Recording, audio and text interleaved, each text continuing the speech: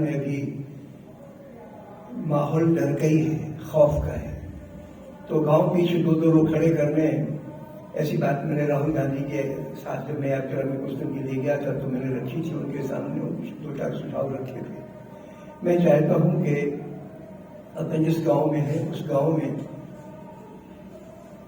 दो लोग खड़े हो जाएं और सब जातियों, धर्मों और इस तरह के लोगों को, हैसियत के लोगों को सामूहिक प्रोग्राम चलाएं। ये आज़ादी की 75वीं सालगिरह है, तो एक प्रोग्राम तो आज़ादी की लड़ाई का की जानकारी देने का चल सकता है, और जिसमें 2 बातें मुझे बहुत महत्वपूर्ण मालूम पड़ती हैं कि आज़ादी की जब लड़ाई चल रही थी हम गुलाम बने कैसे। और जब मैंने उस पर गौर किया तो पता लगा कि हमारी जो लड़ाई हुई थी, प्लासी की लड़ाई, सवेरे शुरू हुई शाम को खत्म हो गई, क्योंकि अंग्रेजों ने सिराजुद्दौला के सेनापति को घूस देके और ये कहे कि हम तुम्हारे लिए यहाँ का नवाब बना देंगे, खरीद लिया था। और ये पैसा इंग्लैंड से नहीं मंगाया गया था, लड़ाई का खर्चा वो हमारे हिंदुस्तान के व्यापारियों ने दिया था, माणिक चंद ने और तमाम किस्म के लोग हमारे फाइनेंसर्स थे, उन्होंने फाइनेंस किया था। ये तबके खत्म हुए नहीं। हिंदुस्तान की राजनीति पर, हिंदुस्तान की संस्थाओं पर, हिंदुस्तान के प्रशासन पर, बाजारों पर, संसाधनों पर जिन तबकों का कब्जा है, कॉर्पोरेट्स का या व्यापारियों का, खरबपतियों का, यही हिंदुस्तान की राजनीति को चलाते। तो हमारा मुकाबला दरअसल उससे, घृणा की राजनीति में मीडिया की बड़ी भागीदारी है, उसका सारा का सारा संचालन, उसका सारा का सारा नियंत्रण इन तबकों के हाथ में है। तो हम निहत्थे लोगों के बीच में जाके हमें इन ताकतवर जमातों से भिड़ना है जिनके पास अकल है, टिकड़म है, हथियार है, पुलिस है, प्रधानमंत्री है। उनसे जूझने के लिए हमें अहिंसा की चर्चा फिर से करनी है कि तरकीब क्या है। 2 मिसालें हमारे सामने खड़ी हुई पिछले दिनों। एक तो वो शाहीन बाग की लड़कियों ने आंदोलन खड़ा किया, नागरिकता के सवाल को जब धर्म से जोड़ा गया उसके खिलाफ। दूसरा आंदोलन किसानों ने खड़ा किया 1 साल। और जब मैं किसानों में जाता था तो उनकी हिम्मत की दाद देता हूं मैं, कि मैं जब उनसे कहता था कि आपकी औसत आमदनी किसान की देश की औसत आमदनी का 1/8 है, लेकिन फिर भी आप में ताकत है क्योंकि आपके दिल में जो बात है जुबान से वो बोलते हो। और ये किसानों को, दूसरा किसान कहते थे, खुद समझ गए थे कि सरकार के पास एक औजार है हिंदू मुसलमान करने का, हम उसको होने नहीं देंगे। तो पश्चिमी उत्तर प्रदेश में, हरियाणा में, पंजाब में और हिंदुस्तान के अलग अलग कुछ इलाकों में जहां किसान आंदोलन चला, कई इलाकों में चला, उन जगहों पर यह माहौल है कि अब हम जाएं और उनको कहें कि 2024 का चुनाव है, 2023 में भी तमाम चुनाव है, इन चुनावों में आपकी बात रिफ्लेक्ट होनी चाहिए कि वोट डालते वक्त आदमी हिंदू मुसलमान नहीं करेगा। जब गुजरात के चुनाव चल रहे थे फिर उधर गया था, मैंने 2000 पर्चे बांटे कि आप बहक के वोट ना करें, इंसान बन के वोट करें, ताकि इंसानी हुकूमत ला सकें, जनमुखी सरकार ला सके। तो कॉर्पोरेट की सरकार है, कॉर्पोरेट के फायदे के लिए काम करती है, जनता को तो बचाती है। तो 2-3 लोग तो कट्टर मिले, जो मेरा विरोध किया जिन्होंने, लेकिन बाकी 40-50 लोगों ने कहा आपकी बात ठीक है, बाकी लोगों ने तो कुछ कहा नहीं। मेरा कहने का मकसद ये है कि एक बार में पर्चे बांटने गया 2 दिन के लिए तो थोड़ा सा हलचल तो हुई, लेकिन सफिशिएंट नहीं है।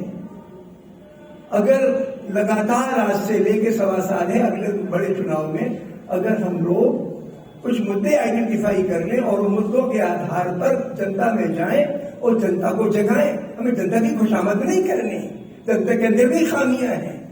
आखिर जनता बहक के वोट क्यों करती है? हमें सिखाना है कि आप इंसान हो, धर्म के केंद्र में इंसानियत को लाओ, जो बात दिल में जुबान से बोलना सीखो, दिख मत जाओ मुट्ठी भर अनाज में, या कातिलों को छोड़ दिया गया, सजा याफ्ता कातिलों को छोड़ दिया, उसका जश्न मत मनाओ, हमें उनकी आंखें भी खोलनी है। तो अगर हम लोगों में जाएंगे तो मैं महसूस करता हूं कि हम हिंदुस्तान की राजनीति की शक्ल बदल सकते हैं। दिल्ली के मामले में मेरे दिमाग में जो सोच रहा था तो एक मसला आया। पिछले साल भी कुछ महीने पहले यहाँ पर दाखिले हुए कॉलेजेस में दाखिले हुए तो कट ऑफ बहुत ऊंचा गया। एक तो नया इम्तिहान चालू कर दिया बीए में, बीएससी वगैरह में दाखिले के लिए एकाएक चालू कर, इसी साल ऐलान किया और इसी साल चालू कर दिया। बड़ी मुश्किल पड़ गई, लेकिन उसमें भी ज्यादातर बच्चे तो दाखिला दे नहीं पाते। इसके पहले भी पिछले सालों में अगर अपन देखो तो जिनके नंबर 80%, 90%, 95% वही दिल्ली यूनिवर्सिटी के कॉलेज में दाखिला ले पाते हैं। पहली प्रायोरिटी ये है कि दिल्ली में, खासतौर से दिल्ली जैसे शहरों में, दिल्ली के रहने वाले वो बच्चे जिनके 55% से ज्यादा नंबर हों और वो पढ़ना चाहें तो उनको दाखिला मिल जाए।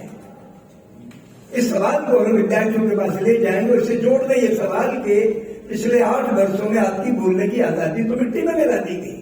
आपके ऊपर वाइस चांसलर और ये जो डायरेक्टर और प्रिंसिपल ऐसे बिठा दिए गए कि किसी भी खुले आदमी का आप लेक्चर नहीं करा, खुले दिमाग के आदमी का लेक्चर नहीं करा सकते। आपके सोच पर पाबंदी है। अगर आपने सच्चा मुद्दा उठा दिया, देश को तोड़ा गया कश्मीर के सवाल पर, कि कश्मीर के सवाल के आवाम के प्रति पूरे देश में घृणा पैदा की गई और आपने कश्मीर का सवाल उठा दिया और गद्दार कहा गया, जेल में बंद किया गया। आज बोलने की आजादी नहीं इन शिक्षण संस्थाओं में। हम 2 सवालों को पकड़ लें कि शिक्षण संस्थाओं में बोलने की आजादी बहाल हो और शिक्षण संस्थाओं के ऊपर ऐसे लोगों को ना बिठाया जाए जिनका कोई विजन नहीं, जिनका कोई मुल्क के, जिनके अंदर भेदभाव हो, और दाखिले कम से कम डबल किए जाए बड़े शहरों में ताकि सबको दाखिला मिल सके पढ़ने वालों को। उसी तरीके से किसानों के सवाल पर पिछले साल सरकार ने कदम वापस तो ले लिए, लेकिन किसानों की जो बाकी मांगे थी उनके लिए हम कमेटी बनाएंगे। बाद में जो कमेटी बनाई उसमें 3 आदमी तो रखे के किसान संगठनों से जुड़े होंगे, बाकी ने अपने आप में ठूस दिए। किसानों ने उसको मानने से इनकार कर दिया। तो किसान संघर्ष करेगा तो हम किसानों के साथ इन सवालों में उनके भागीदार बने। और उसी तरीके से शाहीन बाग की लड़कियों और महिलाओं ने जो आंदोलन किया था वो अभी खत्म नहीं हुआ है। सरकार फिर एनआरसी ला सकती है, सरकार फिर जुनून पैदा करेगी कि साहब मंदिर बनवा रहे हैं अयोध्या में, काशी और मथुरा के सवाल उठाएंगे। हम समझते हैं कि धर्म के सवाल पर हम सीधी बात करें और जनता को तैयार करें कि धर्म के मायने होता है घमंड मिटाना, अहंकार को मिटाना। जिस धर्म के स्थान की आड़ में घृणा पैदा की जाए, घमंड पैदा किया जाए, भेदभाव पैदा किया जाए, वो धर्म स्थान नहीं है। और धर्म का इस्तेमाल करके मुद्दों को उठा के वोट हासिल करना, ये तो घटिया से घटिया चीज है। तो इन सब 3-4 सवालों पे मैं सोचता हूँ कि दोपहर के बाद शायद कोई चर्चा होगी तो फिर उसमें कुछ और बात रखेंगे। बहुत बहुत शुक्रिया।